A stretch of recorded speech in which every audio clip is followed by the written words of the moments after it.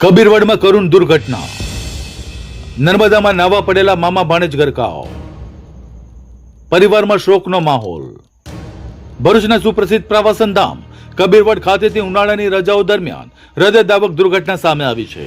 નર્મદા નદીમાં નાવા પડેલા મામા ભાણેજ અચાનક ઊંડા પાણીમાં ગરકાવ થતા સમગ્ર વિસ્તારમાં અરેરાટી ફેલાઈ ગઈ છે, જ્યારે પરિવારમાં શોકનો માહોલ છવાઈ ગયો છે.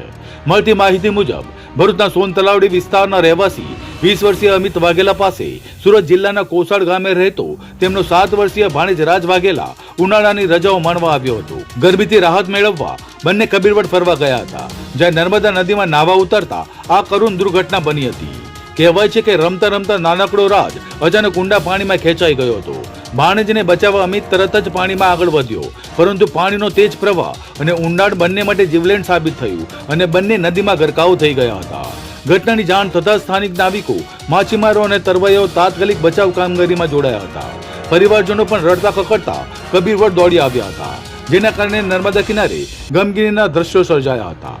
મોડી સાંજ સુધી ચાલેલી શોધખોળ દરમિયાન અમિતનો મૃતદેહ મળી આવ્યો હોવાનું સામે આવ્યું છે, જ્યારે નાનકડા રાજની શોધખોળ લાંબા સમય સુધી ચાલુ રાખવામાં આવી હતી.